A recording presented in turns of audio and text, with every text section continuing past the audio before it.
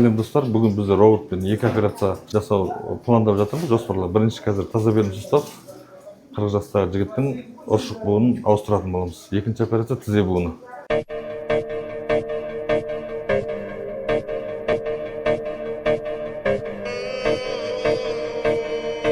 Бізде қазір эндопротез болады. Пациентіміз 55 жаста. Біз қазір жоспарлап қойдық, бұл планирование алдын ала. Қазір осы бағыт бойынша протезді роботтың көмегімен орнататын боламыз.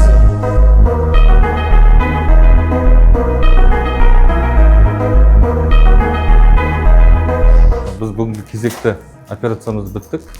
Робот страйкер малкамен жасалған тазабердіні ұстап, өте қиын случай деп айтуға болады. Бәрін алдында пландағандай, жоспарда пландағандай бәрі сәтті өтті.